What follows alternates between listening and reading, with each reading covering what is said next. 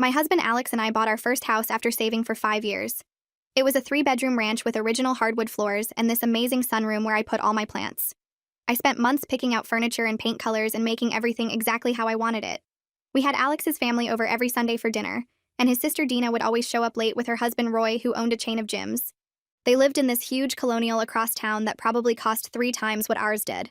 Dina never said she liked our house, but she'd walk around studying everything like she was memorizing it.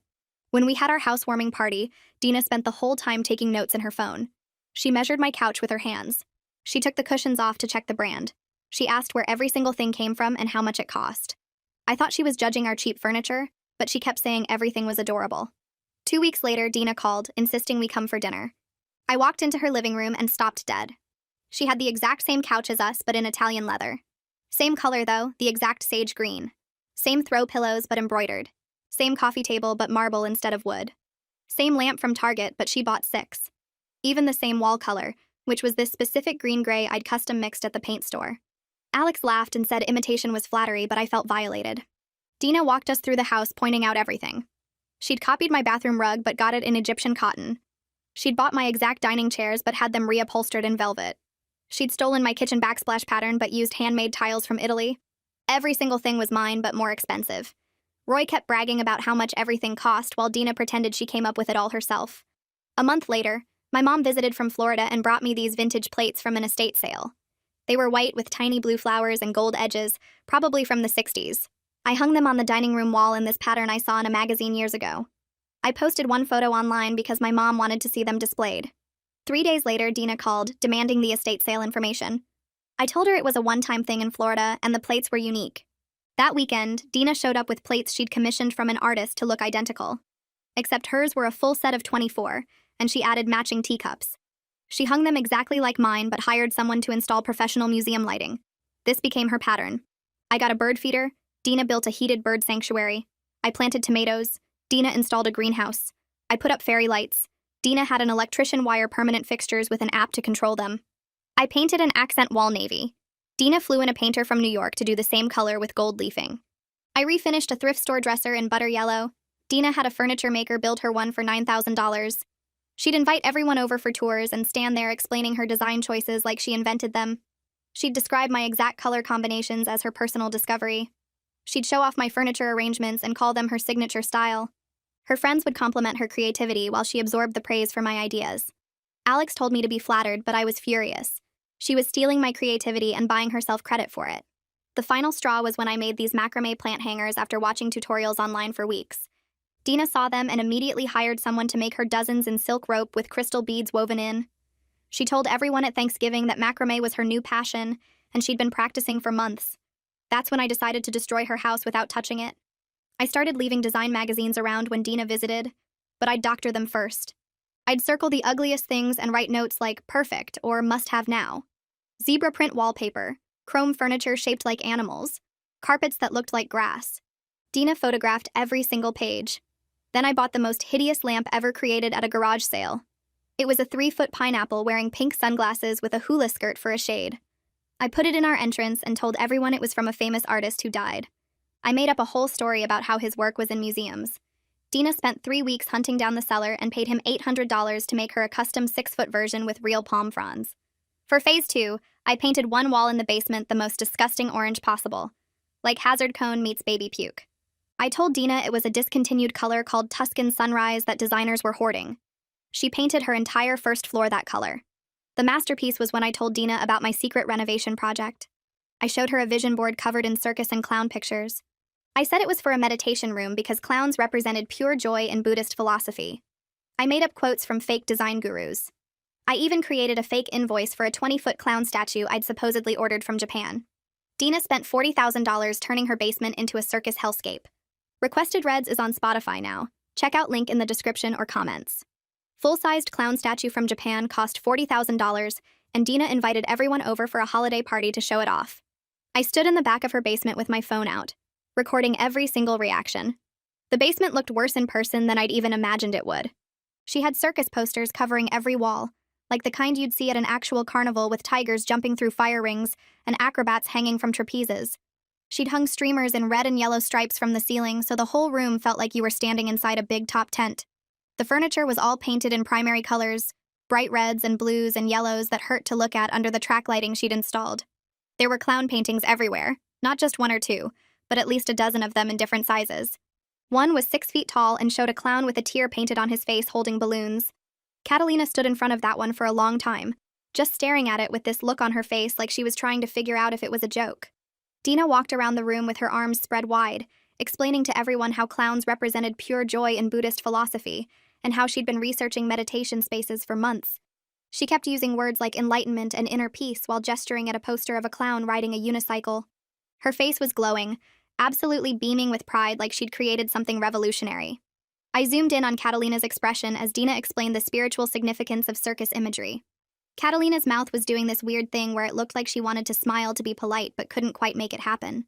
Other people were nodding along, but their eyes kept darting around the room like they were looking for hidden cameras. Someone asked where she got the idea, and Dina launched into this whole story about discovering an article by a famous designer who used clown imagery in high-end homes. I had to bite my lip to keep from laughing because I'd made up that designer completely, invented his whole biography and everything. Roy found me by the stairs and pulled me aside, away from the main group. He put his hand on my shoulder and thanked me for inspiring Dina's meditation space.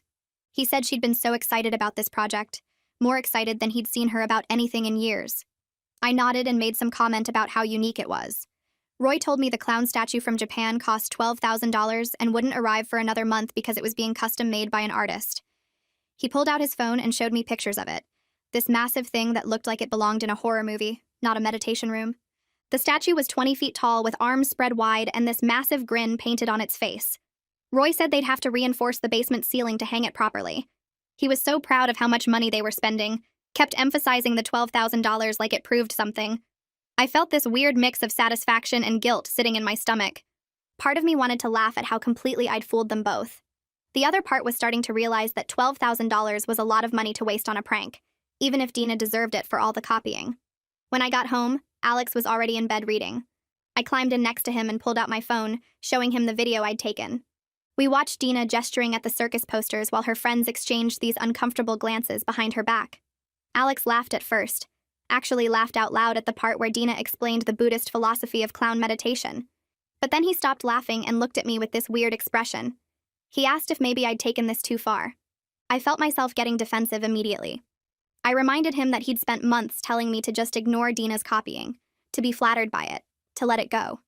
I said that he'd made me feel crazy for being upset about it in the first place. Alex put his phone down and said that was true. He had dismissed my feelings, but this felt different. He pointed at the screen where you could see the 6-foot clown painting in the background. He said that was cruel, not just revenge. I argued that Dina had been cruel first, stealing my ideas and taking credit for them in front of everyone. Alex said 2 wrongs didn't make a right, which made me want to throw my phone at him because that's what people say when they don't have a real argument. The next Sunday dinner at my parents' house was so awkward I wanted to leave within 5 minutes of arriving. Everyone had seen Dina's clown basement by now, either in person or through the photos she'd posted online. My mom kept giving me these looks across the table, these knowing looks like she could see right through me. She didn't say anything directly, but her eyes followed me every time I moved. My dad wouldn't even look at Dina during dinner. He focused on his plate and answered her questions with 1 or 2 words. When Dina tried to talk about her meditation space, he suddenly got very interested in passing the potatoes. Alex's parents were trying too hard to act normal, asking lots of questions about work and the weather and anything except the basement. Dina seemed oblivious to how weird everyone was acting. She showed everyone more pictures on her phone, zooming in on different clown paintings and explaining their spiritual significance. Roy nodded along and added details about how much each piece cost. I pushed food around my plate and tried not to make eye contact with anyone. My mom asked me to help her in the kitchen even though nothing needed help. As soon as we were alone, she looked at me and asked what I'd done. I tried to play innocent, but she just shook her head and said she knew me too well. 2 days later, my phone rang with a number I didn't recognize. When I answered, Catalina's voice came through. She didn't bother with small talk or hello. She asked me point blank if I'd told Dina that clowns were a design trend. I felt my heart start beating faster, but I kept my voice casual. I asked why she was asking. Catalina said she'd known Dina since college, had been her best friend for over 15 years, and had never once heard her mention clowns. She'd never mentioned Buddhism either, or meditation, or anything even close to spiritual philosophy. Catalina said the whole basement came out of nowhere, and it seemed completely random. I could hear the suspicion in her voice, the way she was choosing her words carefully. She said she'd been at my house before and noticed how Dina's living room looked almost identical to mine. She'd noticed the same dining chairs and the same paint colors.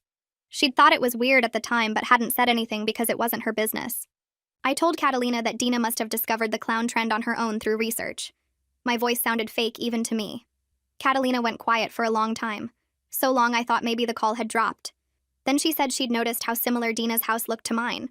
She said it wasn't just one or two things, it was everything. The furniture arrangements, the color schemes, the decorative choices. She asked if Dina had been copying my house. My stomach dropped. Someone finally saw what had been happening. Someone finally noticed that Dina wasn't some creative genius but a copycat who stole other people's ideas. I wanted to tell Catalina everything right then. Wanted to explain the months of copying and the violation and the revenge. But I couldn't. If I admitted I'd tricked Dina into the clown basement, I'd have to admit I was capable of that level of manipulation. So I said something vague about how Dina and I had similar taste. Catalina made this sound like she didn't believe me at all. She said she was going to talk to Dina about it because something felt really off. 2 weeks passed and winter settled in hard. The light changed, got weaker and grayer, and that's when Dina called me. Her voice sounded desperate. She said the orange paint on her first floor looked even worse in winter light. She called it a contractor mistake, said the painter must have mixed the wrong shade. I bit my tongue to keep from pointing out that she'd picked the color herself after I'd told her it was discontinued and special. She asked for the name of my painter because she needed someone to fix it fast. She couldn't stand looking at the walls anymore. Every morning she woke up and the orange made her feel sick. I told her I'd text her a name. After we hung up, I opened my laptop and searched for painters with terrible reviews. I found one guy who had a 1-star rating and multiple complaints about uneven work and not showing up on time. People said he worked cheap and fast and did sloppy jobs. Perfect. I texted Dina his number. Dina hired him immediately. She called me 3 days later to say he'd start the next morning. A week after that, she called again and she was crying. The painter had made everything worse. He'd painted right over the orange without proper primer and the new color was streaky and uneven. You could see the orange bleeding through in patches. He'd gotten paint on her hardwood floors and hadn't cleaned it up properly. He'd left halfway through the job and wasn't returning her calls. Dina said her house was falling apart and she didn't know what to do. I made sympathetic sounds while feeling absolutely nothing inside except maybe a little bit of satisfaction. She asked if I knew anyone else who could fix it. I said I'd ask around. Alex came home from work that evening and I knew something was wrong by the way he closed the door. He didn't kiss me hello or ask about my day. He just stood in the kitchen and looked at me. He said Dina had called him crying about her house falling apart. The paint was a disaster. The basement looked ridiculous and she was spending thousands of dollars trying to fix everything. Alex asked me directly if I was somehow responsible. I could see in his eyes that he already knew the truth. He'd figured it out. Probably had been figuring it out for weeks. I thought about lying. But what was the point? He already knew. I admitted everything. The magazines with the circled ugly furniture. The pineapple lamp with the made-up artist story. The orange paint that I'd told her was discontinued. The clown room with the fake Buddhist philosophy and the invented design gurus. I even told him about the fake invoice for the 20-foot statue. Alex stared at me the whole time I was talking, and his expression changed from suspicious to shocked, to something I couldn't quite read. When I finished, he was quiet for a long time. Then he said he didn't recognize this version of me. He said the person who would spend months planning elaborate revenge on his sister wasn't someone he knew. Those words hurt more than I expected them to. I wanted him to understand why I'd done it, wanted him to see that Dina had driven me to this point. But looking at his face, I realized he saw me differently now, and I couldn't take that back. I slept on the couch that night because neither of us could stand being in the same bed. Alex didn't try to stop me when I grabbed a pillow and walked out of our bedroom. I lay there staring at the ceiling, thinking about how he'd looked at me like I was someone he didn't know. In the morning, he was already up making coffee when I came into the kitchen. We sat at the table and he started talking before I could.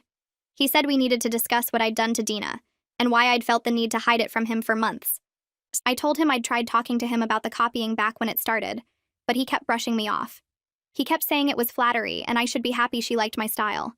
I explained how small and crazy that made me feel. Like my concerns didn't matter because he didn't want to deal with his sister's problems. Alex put his coffee down and rubbed his face with both hands. He admitted he knew Dina was copying me, but he didn't want to get involved in drama between us. He said confronting his sister about it would have meant acknowledging she had issues, and he took the easy way out by pretending it wasn't a big deal. That hurt to hear because it meant he'd seen what was happening and chose to ignore it anyway. Alex said he understood why I was angry, but what I'd done was cruel. He pointed out that Dina spent months copying my house while I spent months planning ways to destroy hers. I argued back that she stole my creativity and took credit for my ideas in front of everyone. She made people think she was this amazing designer when every single thing came from my brain. Alex countered that I deliberately sabotaged her mental state and tricked her into spending $40,000 on a clown basement. He said revenge and copying weren't the same thing, and I'd gone way too far. We went back and forth like that for an hour, both of us getting louder. I kept saying she violated me first, and he kept saying two wrongs don't make a right. Finally, we both just sat there exhausted and out of arguments. My phone rang later that afternoon, and it was my mom. She didn't even say hello, just asked if I was okay because she could tell something was wrong. I started crying right there in the kitchen while Alex watched from the doorway. Mom said I should come to Florida for a few days to get some space from everything. I booked a flight that same night, and Alex drove me to the airport without saying much. On the plane, I kept replaying the fight in my head and wondering if our marriage would survive this. Mom picked me up and took me straight to her porch where she'd already set out wine and glasses. I told her everything from the beginning. How Dina copied my couch and my plates and my paint colors. How she hired people to make expensive versions of everything I created. How Alex dismissed my feelings over and over until I felt invisible. How I'd planned the revenge with the magazines and the lamp and the orange paint and the clown room. Mom listened without interrupting and refilled my wine twice. When I finished talking, Mom was quiet for a minute. Then she said she understood why I was angry because having your creativity stolen is a real violation. But she asked me if the satisfaction of watching Dina suffer was worth what it might cost me. She pointed out that I'd risked my marriage and my relationship with Alex's entire family for revenge. She said revenge always costs more than you expect it to, because you can't control what happens after.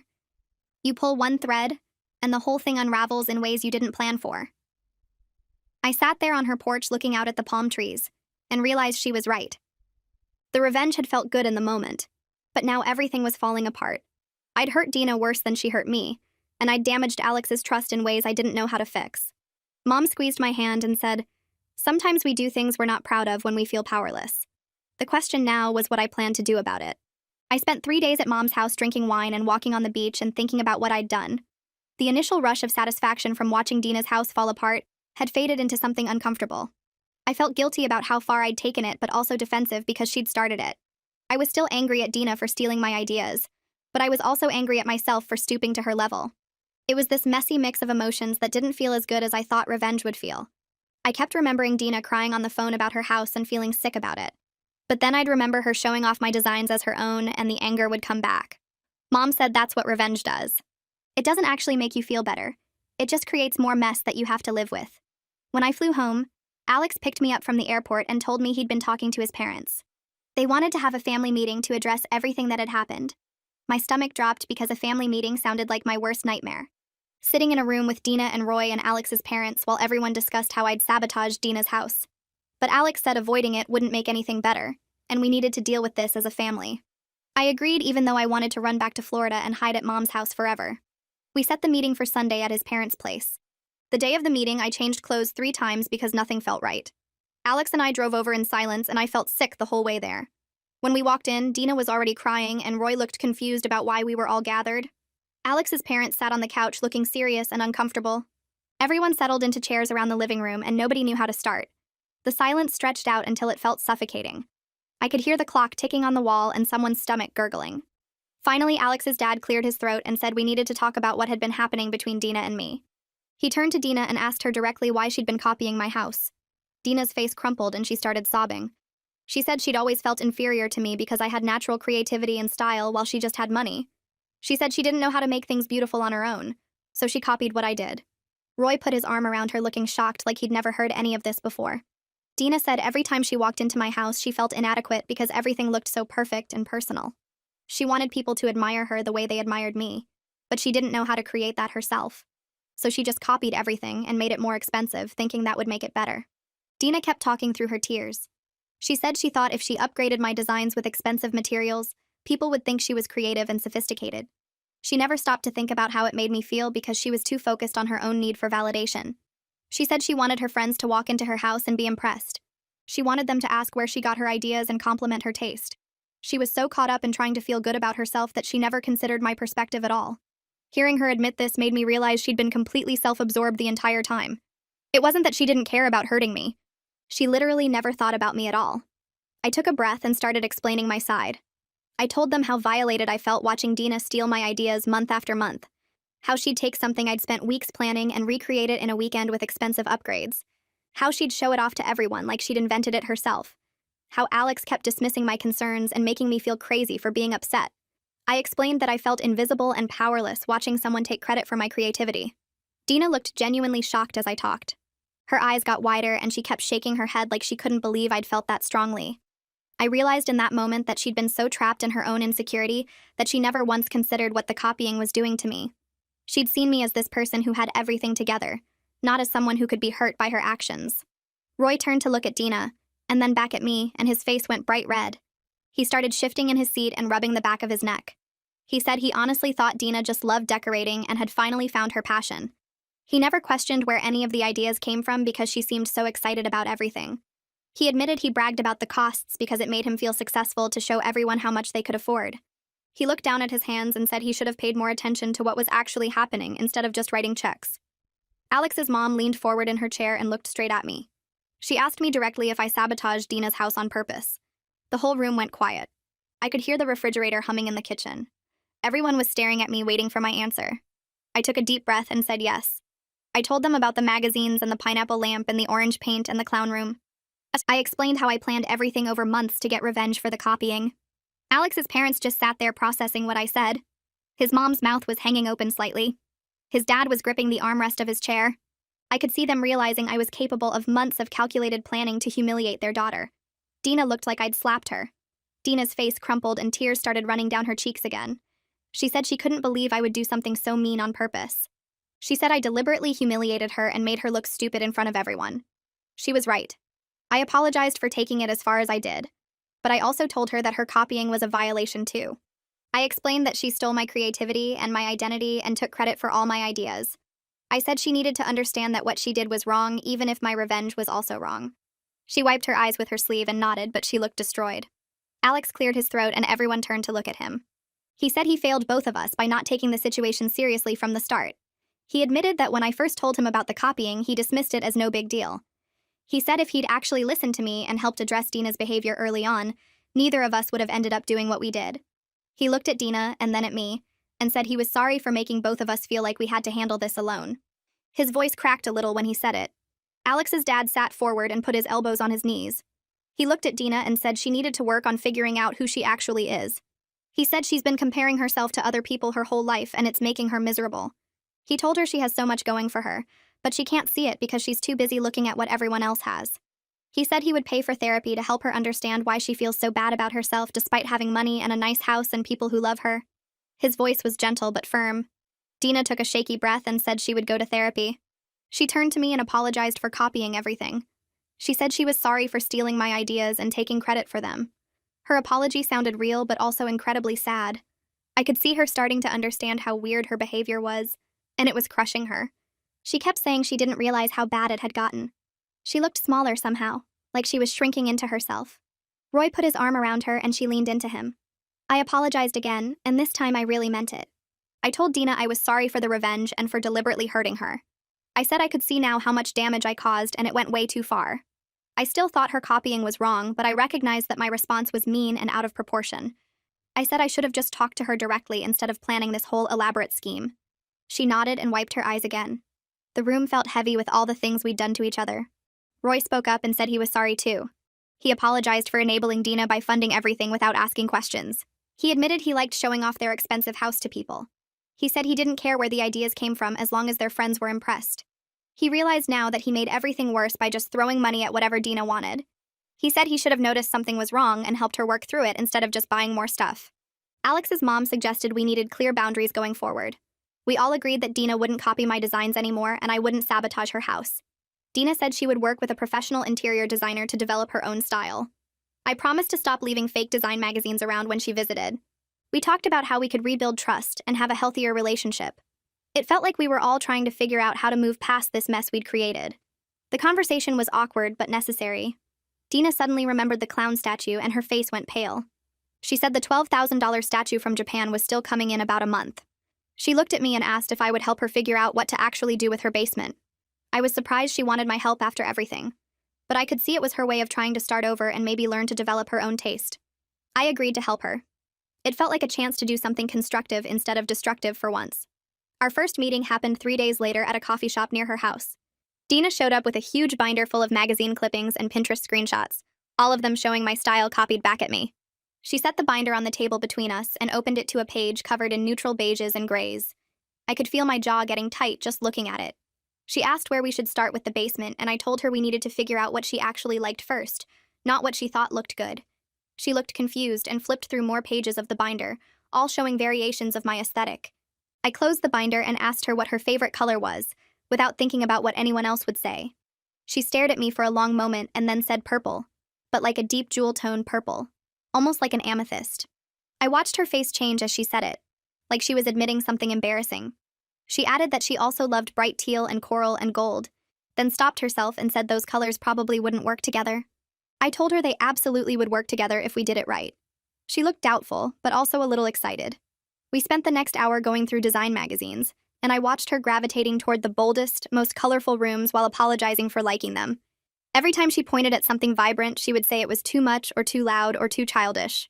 I started understanding that she had been trained to think her natural taste was wrong somehow. She told me Roy always said their house should look expensive and sophisticated, which apparently meant neutral and boring. I asked her what she would do if money and other people's opinions didn't matter at all. She got quiet, and then started describing this maximalist dream space with jewel tones and patterns and collections of weird, interesting objects displayed everywhere. Her whole face lit up as she talked. It was completely different from anything in my house, and I felt relieved and also kind of sad for her. Our second meeting was at a furniture store where I made her point at things she liked without explaining or justifying her choices. She kept trying to talk herself out of her picks, but I wouldn't let her. She chose a velvet sofa in sapphire blue, chairs with bright geometric patterns, a coffee table with gold legs. Everything she selected was bold and interesting and nothing like the neutral copies filling her house. She looked nervous the whole time, like she was doing something wrong.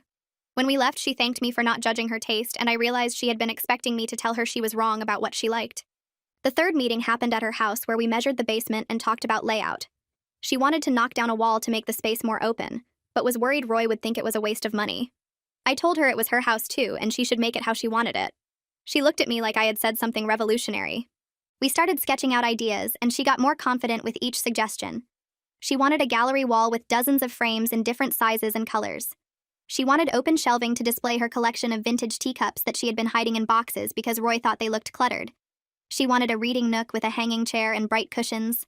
Everything she described was joyful and personal and completely her own vision.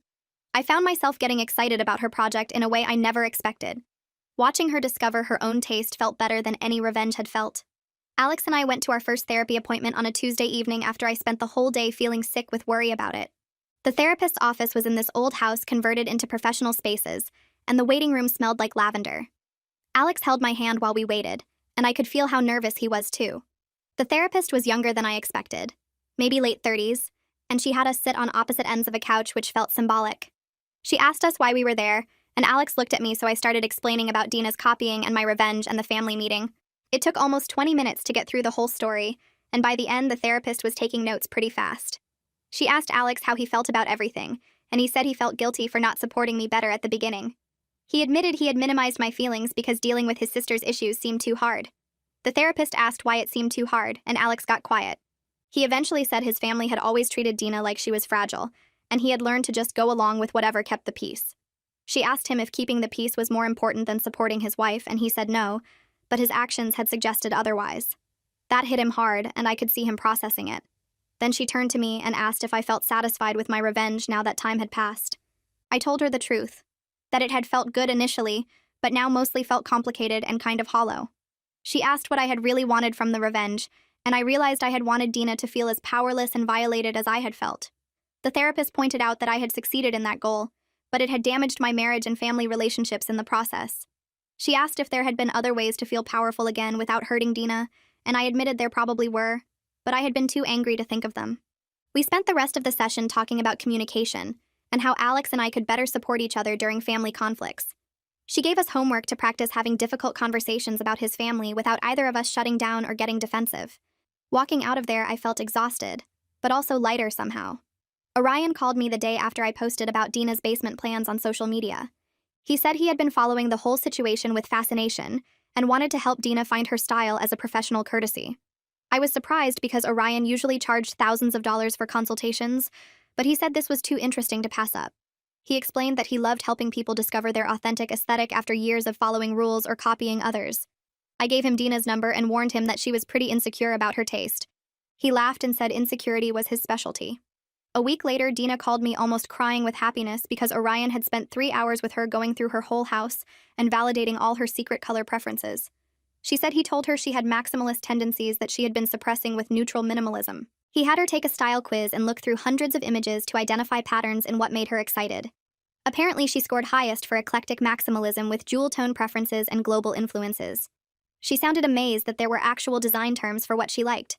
Orion had also told her that her natural style was actually harder to execute well than minimalism because it required more confidence and curation skills. That had made her feel better about years of thinking her taste was somehow wrong or unsophisticated. He gave her homework to visit antique stores and thrift shops to start collecting pieces that spoke to her without worrying about whether they matched anything else. She was supposed to trust her gut reactions instead of overthinking every choice. When she told me all this, I could hear how excited she was, and it made me genuinely happy for her. Orion texted me later saying Dina had incredible natural taste that had been completely buried under insecurity and competition. He said helping her was going to be one of his favorite projects. Dina's therapy sessions were happening twice a week, and she started opening up to me about what she was learning. We were at another coffee shop meeting about the basement when she told me her therapist had helped her realize the copying started way back in childhood. She said she and Alex had always been compared to each other growing up, and she had felt like she was losing. Alex was naturally good at the school and sports and making friends while she had to work hard at everything. Her parents never meant to make it a competition, but they had constantly held Alex up as an example for her to follow. She said by the time they were teenagers, she had developed this pattern of watching what Alex did and trying to copy it, so she could finally be good enough. When Alex got married and bought a house and seemed happy, she had panicked because she couldn't figure out how to copy that kind of contentment. So she had started copying the physical things instead, thinking that would somehow make her feel as satisfied as I seemed to be. Her therapist was helping her understand that her self-worth had become completely dependent on external validation and comparison to others. She was working on building confidence in her own choices and learning to recognize her own preferences as valid, even when they were different from what other people liked. She told me it was hard work, and sometimes she caught herself about to copy something before stopping herself. I asked her what she did when that happened, and she said she tried to figure out what she would actually want if she wasn't comparing herself to anyone else. Sometimes the answer was the same thing, and sometimes it was completely different. The important part was making the choice consciously, instead of automatically copying. Hearing her talk about all this made me understand how deep her issues went, and how my revenge had probably made her insecurity even worse. I felt guilty about that, but also relieved that she was finally getting help.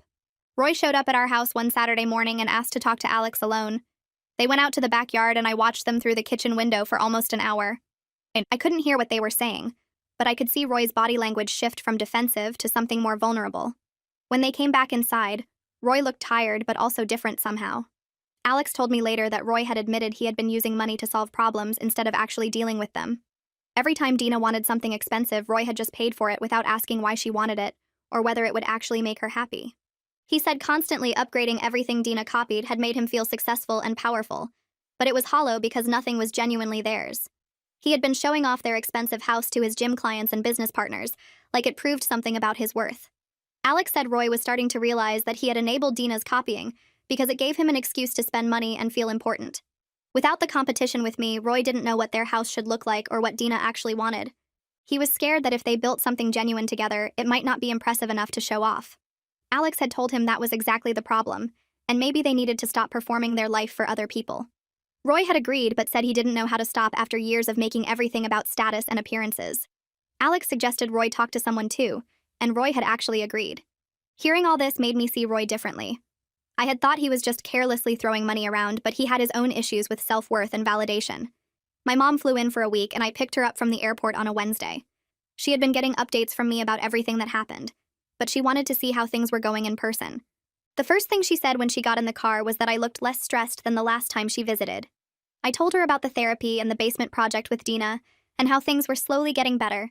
She smiled and said she was proud of me for helping Dina instead of staying angry. We stopped at Dina's house on the way home because Dina had asked to meet my mom. I was nervous about it, but Dina greeted us warmly and showed my mom the basement progress. The clown stuff was all gone and the walls were painted this gorgeous deep purple. Dina had found an amazing vintage rug in coral and gold that tied the whole color scheme together. My mom complimented everything, and Dina actually accepted the compliments instead of deflecting them. Then Dina asked if my mom had time to talk privately, and my mom said yes. They went into the kitchen, and I stayed in the basement looking at paint samples. I could hear their voices, but not their words. They were in there for almost 45 minutes. When they came out, my mom was holding Dina's hand, and Dina's eyes were red from crying, but she was smiling. On the drive home, my mom told me she had shared her own stories about feeling inadequate as a young wife and mother. She said when she married my dad, she had felt like she was competing with his successful career and interesting life. She had tried to make herself into what she thought a good wife should be instead of figuring out who she actually was. It had taken her years to develop confidence in her own identity and stop comparing herself to other women. She had told Dina that the comparison trap was something a lot of women struggled with, and Dina wasn't alone or broken. My mom said Dina had cried with relief at hearing that. I felt grateful that my mom had been willing to be vulnerable with Dina like that. Catalina called me out of nowhere on a Sunday afternoon and asked if we could meet for coffee. We had never hung out one-on-one before, so I was curious. She picked a place halfway between our houses and was already there when I arrived. She ordered us both lattes and then said she needed to tell me something. She explained that she had been relieved when the copying stopped because watching it had made her really uncomfortable. She said she had tried to hint to Dina that copying my house was weird, but Dina had gotten so defensive that Catalina couldn't get through to her. Every time Catalina suggested Dina develop her own style, Dina had acted like Catalina was attacking her. Eventually, Catalina had stopped trying because it was damaging their friendship. She said she had felt guilty for not pushing harder, but she also hadn't known what else to do. I told her I didn't blame her because Dina clearly hadn't been ready to hear it. Catalina said she was glad everything had come out in the open, even though the way it happened was messy. She admitted she had suspected I had something to do with the clown basement because it was so wildly different from my usual taste. I asked if she thought I was a terrible person, and she laughed and said no, just creative with her revenge. She said Dina had needed a wake-up call, and conventional approaches clearly weren't working. We ended up talking for 2 hours about design and families and the weird dynamics that develop between women. By the end, I felt like I had made an actual friend instead of just my sister-in-law's friend. Catalina said she hoped we could hang out more now that things were less tense. 3 months after the family meeting, I got a text from Dina with a photo attached. The basement was completely finished, and it looked incredible. The purple walls were covered with a gallery wall of frames in gold and coral and teal, each one holding art or photos or vintage prints she had collected. The velvet sofa looked perfect against the wall, and the geometric chairs created a conversation area that felt both sophisticated and fun. She had installed floating shelves displaying her teacup collection, and each one was lit with small spotlights. The reading nook had the hanging chair she wanted with bright patterned cushions and a floor lamp shaped like a palm tree. There was a bar cart in the corner with colorful glassware and a record player on a credenza playing vinyl. Every single element was bold and joyful and completely Dina. Nothing about it looked like my house or anyone else's house.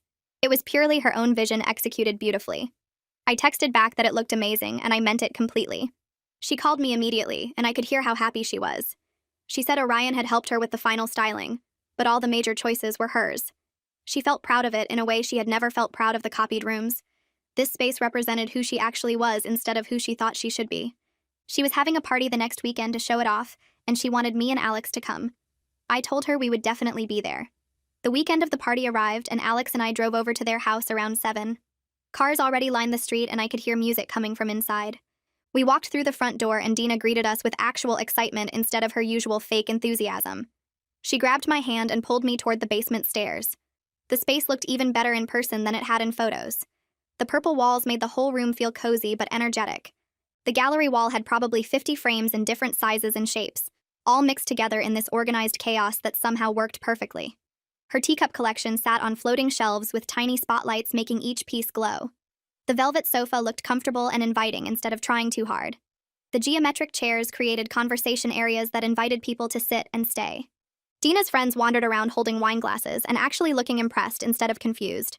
I watched her walk through explaining each choice, and this time she was honest about the process.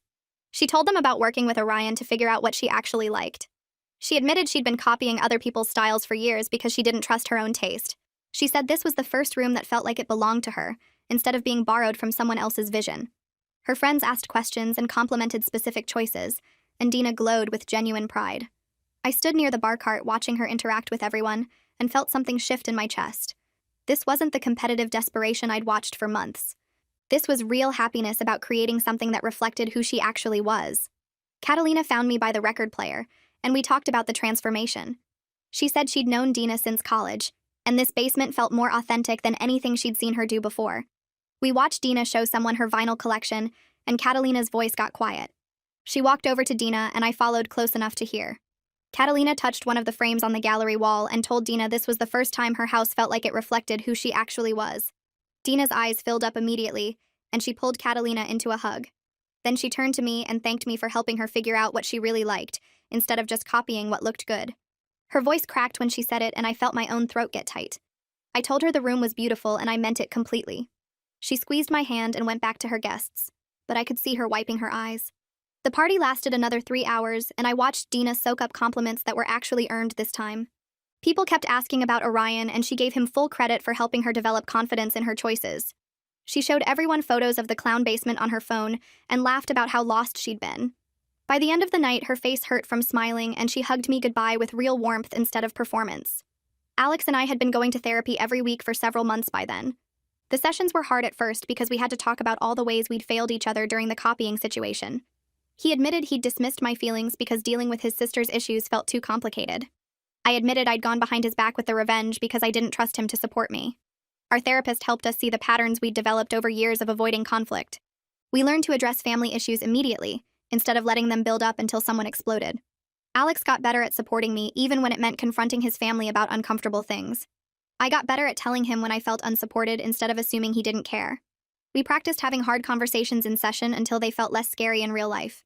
The work was exhausting, but our relationship felt stronger than it had in years. We could talk about Dina without it turning into a fight.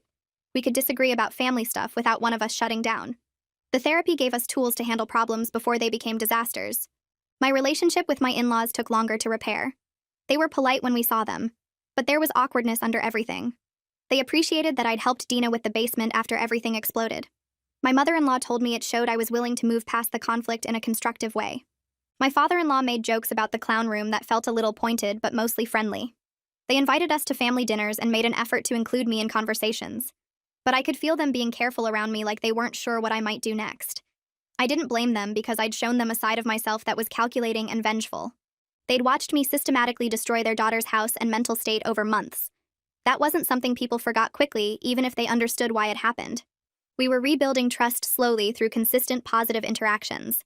It would probably take years before things felt completely normal again. Dina started meeting with Orion professionally to redesign other parts of her house. She wanted to replace the copied rooms with spaces that reflected her actual personality. They worked on her living room first, stripping out all the expensive versions of my furniture. Dina picked bold patterns and mixed metals and bright accent colors that I never would have chosen. She sent me progress photos and asked for feedback, and I gave her honest opinions. The living room came together as this eclectic, joyful space that felt completely different from my neutral, cozy aesthetic. Orion helped her develop confidence in her choices by explaining why certain combinations worked. Dina learned about color theory and scale and how to mix patterns without making things look chaotic. She got excited about finally having a home that reflected her personality instead of being an expensive copy of someone else's taste. She told me she wished she'd done this years ago instead of wasting time and money copying other people. Roy called me one afternoon and asked if we could talk. He came over to our house and we sat in the sunroom with coffee. He looked uncomfortable but determined. He admitted he'd been threatened by my creativity because Dina was always comparing herself to me. He said every time she copied something from my house, she'd talk about how naturally style came to me while she had to work at it. He felt like he couldn't compete with that, so he just threw money at whatever she wanted. He'd thought buying expensive versions would make her feel better about herself, but it just made the problem worse. He was working on supporting her actual interests instead of just funding her copying. He'd started asking her why she liked things instead of just paying for them. He was learning to recognize when she was choosing something because she genuinely loved it, versus when she was copying someone else. He apologized for his part in enabling her behavior, and for all the bragging about costs. He said he'd been showing off because it made him feel successful, but he understood now how obnoxious it was. I started a design blog to share my ideas publicly. It felt like reclaiming my creativity in a positive way, instead of hiding it because someone might copy. I posted photos of my house and explained my design process and shared tips for decorating on a budget. The blog grew slowly but steadily, and I loved connecting with people who appreciated my aesthetic. Dina was one of my first followers and commented supportively on my posts. She'd write things about how she loved my style even though it was different from hers now. She'd share my posts with her friends and recommend my blog to people asking for design advice. Seeing her support my creativity publicly felt like real progress. It showed she'd moved past the competition and could celebrate my work without feeling threatened. The blog became this space where I could express my ideas without worrying about someone stealing them and claiming credit. Alex's parents invited us to Sunday dinner a few weeks later. We sat around their dining table with Dina and Roy, and his parents made a point of complimenting both houses. His mom said my house had this warm, welcoming feeling that made everyone comfortable. His dad said Dina's new basement was bold and exciting and showed real personality. They emphasized how both styles were beautiful in completely different ways. It was their way of acknowledging that there was room for both of us to have our own aesthetics. They didn't have to choose between us or declare one house better than the other. The conversation felt forced at first, but gradually relaxed into something more natural. We talked about Dina's progress with Orion and my blog and Alex's work. By dessert, it almost felt like old Sunday dinners before everything got complicated. Dina asked if she could talk to me privately after dinner. We went out to her parents' back porch and sat on the steps. She told me therapy had helped her realize she was trying to become me because she didn't know who she was. She said she'd spent her whole life comparing herself to other people and feeling inadequate. Copying my house had been the most obvious example, but it was part of a bigger pattern. She was grateful that my revenge, as painful as it was, forced her to confront her issues instead of continuing to hide behind copied designs. She said the clown basement had been so humiliating that she couldn't ignore her problems anymore. She'd had to face why she was willing to spend $40,000 on something she didn't even like just because she thought I liked it. The therapy was helping her build an identity based on her actual preferences, instead of what she thought would impress people. I admitted to Dina that I took the revenge too far because I felt powerless and wanted to hurt her the way she hurt me. I told her I could have confronted her directly, or talked to Alex's parents, or just stopped inviting her over. Instead, I chose the most hurtful option, because I wanted her to suffer. I said I wasn't proud of spending months plotting her humiliation even though I understood why I did it. We were both learning that there were better ways to handle the situation, but we couldn't change the past. We could only move forward differently by being honest about our feelings and respecting each other's boundaries. Dina said she forgave me for the revenge, and I told her I forgave her for the copying. We sat there on the porch steps for a long time, not saying anything, just existing in this weird space between our old relationship and whatever came next. 4 months after the family meeting, Dina called me from a coffee shop near her house. She said she and Roy had been talking about selling and building something new from scratch with Orion's help. She wanted a house that was genuinely theirs from the beginning instead of spending years fixing what had turned into a monument to her copying problem. The decision felt huge to her because it meant admitting that her beautiful, expensive house had never really been hers at all. She asked if I thought she was crazy for wanting to start over, and I told her it was probably the healthiest choice she could make. Roy was on board because he was tired of living in a space that reminded him of his role in enabling her issues. They'd already talked to a realtor and had a contractor lined up to start design plans. Orion was excited to help them create something that reflected Dina's actual taste instead of her copied version of mine. She sounded nervous, but also more energized than I'd heard her in months. I went over to help Dina pack up her house a few weeks later when the sale went through faster than expected. We started in the living room and immediately came across the 6-foot pineapple lamp with the hula skirt shade. Dina looked at it for a long moment and then started laughing, so hard she had to sit down on her Italian leather couch. She said she couldn't believe she'd paid $800 for something so hideous just because she thought I liked it. I admitted the whole famous dead artist story was completely made up, and she laughed even harder. We loaded it into her car to donate to the thrift store where it would probably terrify some other unsuspecting person. She said someday she'd be able to laugh about the clown basement too, but she wasn't quite there yet. The basement was still completely intact with its circus posters and red and white striped walls because she couldn't bear to deal with it before moving. We avoided going down there while we packed, which felt like an unspoken agreement between us. The rest of the packing went surprisingly well considering how weird the situation was. Dina kept finding things she'd copied from me, and we'd pause to talk about why she bought each one. The custom plates that matched my vintage ones, the velvet dining chairs, the handmade Italian tiles. Each item became a little moment of honesty about her insecurity and my revenge. Alex and I hosted Thanksgiving at our house that year, and for the first time in months, it felt relaxed and genuine. Dina arrived on time carrying a dish she'd created herself instead of copying one of my recipes. It was this wild mushroom and goat cheese tart that looked nothing like anything I would make. Everyone noticed and complimented her originality, which made her smile in a way that seemed more real than her usual pleased expression. Roy brought wine and didn't mention how much it cost even once during the entire evening. My parents flew in from Florida, and my dad spent 20 minutes talking to Alex about work stuff while my mom helped me in the kitchen. Alex's parents arrived with rolls and this nervous energy like they weren't sure if everything was really okay between all of us. But dinner itself was easy and comfortable. We talked about Dina's new house plans and my blog and Roy's business expansion. Catalina came too since she'd become part of our family gatherings, and she told funny stories about Dina's therapy breakthroughs that made everyone laugh. The clown basement didn't come up at all.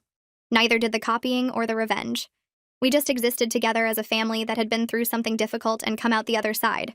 My mom pulled me aside while I was getting dessert ready in the kitchen. She said she was proud of how I handled the aftermath, even though the revenge itself was questionable. Her exact words were that making things right after you've done wrong is harder than not doing wrong in the first place. I told her I was still working on figuring out if I was proud of what I did or ashamed of it. She said it was probably both, and that was okay because most complicated situations don't have clean emotional answers. She'd watched Dina at dinner and noticed how much more comfortable she seemed in her own skin. My mom thought the whole situation, as messy as it was, had forced growth that might not have happened otherwise. I asked if that made the revenge worth it, and she said she couldn't answer that for me. She reminded me that intentions and outcomes are two different things, and I'd have to decide for myself if the pain I caused was justified by the change it created. Then she handed me the pie, and we went back to the dining room where everyone was laughing at something Roy said. Dina's new house plans arrived by email a week later, and I opened them on my laptop at the kitchen table. They were completely different from mine in every possible way. Modern and bold where mine was traditional and cozy. Sharp, clean lines instead of my curved furniture and soft textures.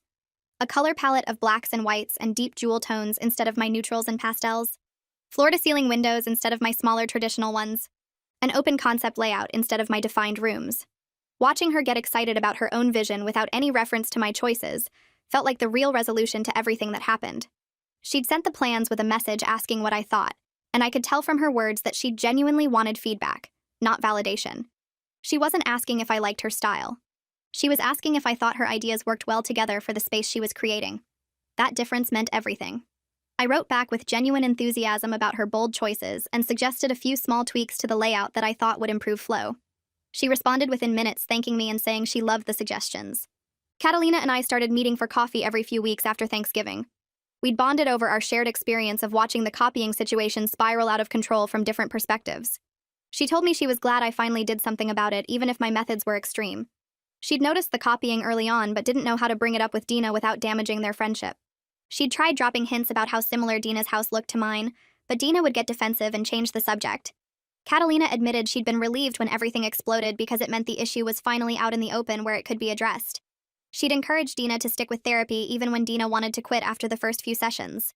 Now she was watching Dina develop actual confidence in her own taste, and it felt like meeting a different version of her best friend. We talked about other stuff too. Normal friend stuff about work and relationships and plans. But the copying situation had created this foundation of honesty between us that made the friendship feel real from the start. Roy's business partner Sanjay came to one of our Sunday dinners in December. He'd been traveling for work during most of the drama and was catching up on everything that happened. Halfway through dinner, he mentioned that he'd noticed the copied decor months ago when he'd visited both houses for different events.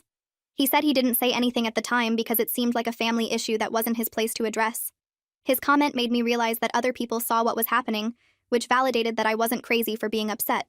Alex's dad asked Sanjay what he'd thought when he noticed the similarities, and Sanjay said honestly it had made him uncomfortable.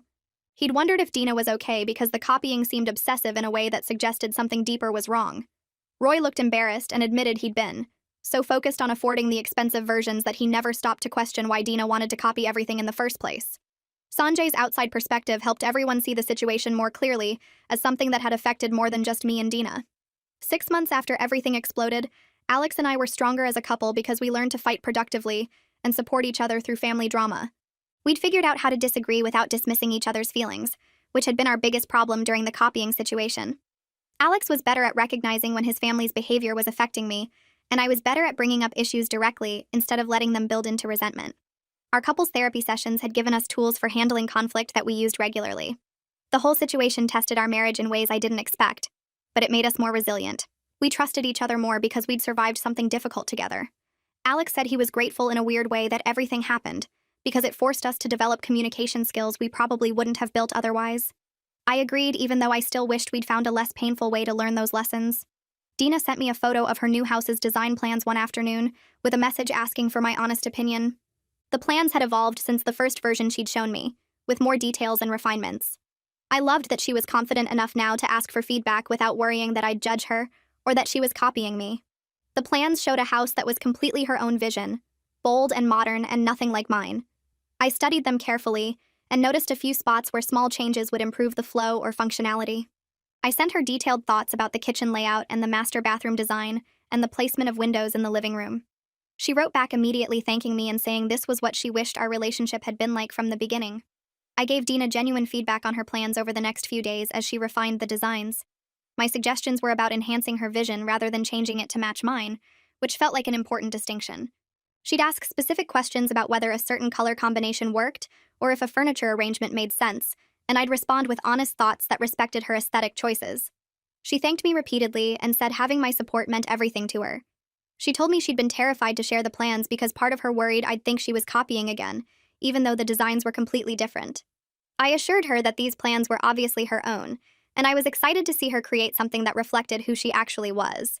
She said this collaborative process was what she'd wanted all along but hadn't known how to ask for, so she'd taken the shortcut of just copying everything instead. My in-laws pulled me aside after one of our Sunday dinners about a month after Dina's house plans were finalized. We stood in their kitchen while everyone else watched TV in the living room. They thanked me for helping Dina discover who she actually was, instead of just copying other people. My mother-in-law said the journey was messy and painful for everyone, but the result was worth it. She admitted they'd spent years comparing Dina to other people, especially me, without realizing how much damage it caused. My father-in-law said they'd always praised my creativity and style in front of Dina, which made her feel like she could never measure up. They'd created the insecurity that drove all the copying behavior. I told them I appreciated their honesty, and that we all played a part in what happened. The conversation felt like closure on something that had been weighing on all of us for months. Alex and I talked about it later that night while we cleaned up our kitchen. He suggested we host a housewarming party for Dina and Roy once their new house was built. The idea felt perfect, like coming full circle from where everything started. Dina should have celebrated my creativity when we had our housewarming instead of taking notes to copy everything. Now we could celebrate her genuine creativity and her own vision without any copying or competition between us. I loved the symbolism of it, and told Alex we should make it a big party with all our family and friends. He smiled and said it would show everyone that we'd moved past the drama and become a stronger family because of it. I spent some time thinking about everything that happened over the past year. The whole experience taught me something important about creativity and violation. Having my ideas copied didn't make them less valuable or diminish my creativity in any way. But it did violate something personal, like someone was stealing part of my identity and passing it off as their own. The revenge gave me satisfaction for a little while, but that feeling faded quickly and left me feeling guilty and small. Helping Dina find her own style gave me something much better, a lasting peace that came from doing the right thing even after I'd done so many wrong things. Our family relationships were stronger now because we'd all learned to communicate better and set proper boundaries with each other. 8 months had passed since the clown basement reveal that started everything unraveling. I was genuinely happy with how things turned out, even though the path to get here was messy and painful. Dina had her own identity now and was excited about creating a home that reflected who she actually was. Alex and I were stronger as a couple because we'd learned to fight productively and support each other through family drama. Our whole family had better boundaries and healthier communication patterns that would serve us well for years to come.